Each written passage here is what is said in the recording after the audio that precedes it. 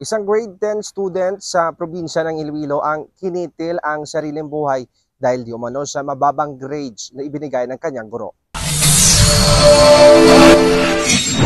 Hindi matanggap ng 16 anyos na isang grade 10 student ang Siwalo National High School sa bayan ng Maasin, Iloilo matapos binigyan ito ng 3 line of 6 na grado ng kanyang guro dahilan na ito'y magpakamatay noong Mayo 10 base sa salaysay ng kanyang ina.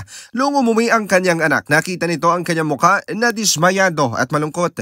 Dagdag pa dito, malungkot ang kanyang anak dahil hindi na ito makapasa dahil sa grade na 64 sa first quarter at 69 naman sa second quarter sa subject na edukasyong pantahanan at pangkabuhayan.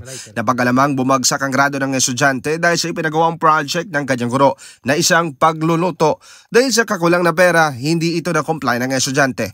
Sa mensahe na nakasulat sa notebook na iniwan ng estudyante, sinabi dito na ayaw na niya mag-aral at hindi na niya kaya ang kanyang guro. Sobra na ang project, hindi na daw niya kaya. Pasensya na.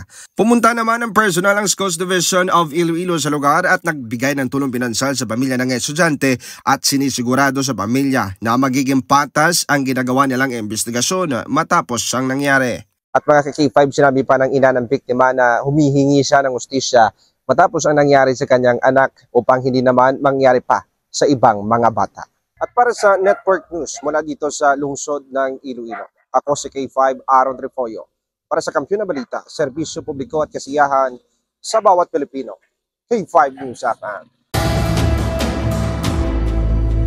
Ang ining balita ang ginadulong sa inyo sang DTX Coffee Mix. Himo sa natural nga sangkap pareho sang amarkuso, chia seeds, sugared cane extract powder. DTX Coffee Mix. Nakakapi ka na, naka-detox ka pa. DTX Coffee Mix. Mabakal sa mga butika.